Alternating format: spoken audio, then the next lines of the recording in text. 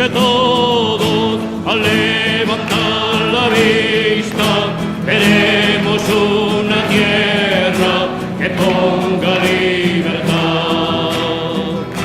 Hermano, aquí mi mano será tuya mi frente, y tú que esto de siempre caerás sin levantar huracanes de miedo ante la libertad. Haremos el camino en un mismo trazado, uniendo nuestros hombros para así levantar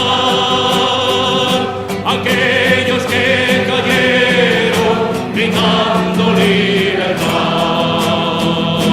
Habrá un día en que todos al levantar la vista veremos una tierra que ponga libertad.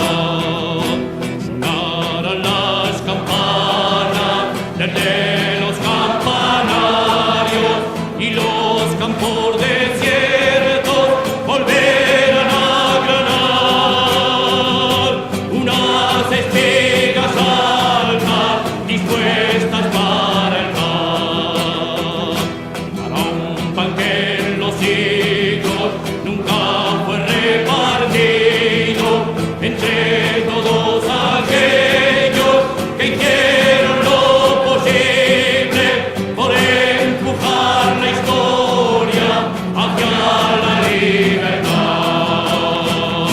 Habrá un día en que todos al levantar la vista veremos una tierra que ponga libertad.